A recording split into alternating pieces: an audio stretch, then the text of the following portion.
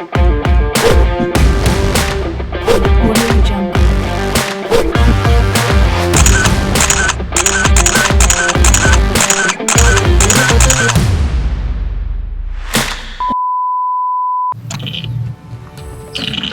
วันนี้พวกเรามาพบกันเนาะกับ TZER Channel TZER Channel มันTZER Channel นี่มันเป็นช่องที่เกี่ยวกับเบื้องหลังการถ่ายภาพเนาะก็อย่าลืมกดไปติดตามช่องที่ YouTube ซื้อไว้ดีกว่าที่ TZER เนาะ TZER Channel แต่วันนี้พวกเรามาอยู่ที่ช่องหนังเก่าลาวเจริญ เดี๋ยวไม่เนี่ยก็จะมาถ่ายภาพเพราะว่าในวันที่2-4นี่พวกเขาจะได้มีการจัดงานSavan Fun Fest ที่นี่ซึ่งวันนี้พวกเขาเลยมาลองสำรวจเบิ่งสถานที่ก่อนว่าเป็นแนวใดมีมุมใดที่น่าสนใจบ่ถามว่าแต่งรูปเลยนางแบบมาถึงนางแบบนี้แน่นอน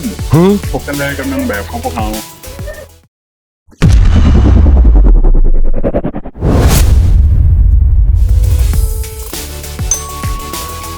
นี่คือนางแบบของพวกเขาเนาะ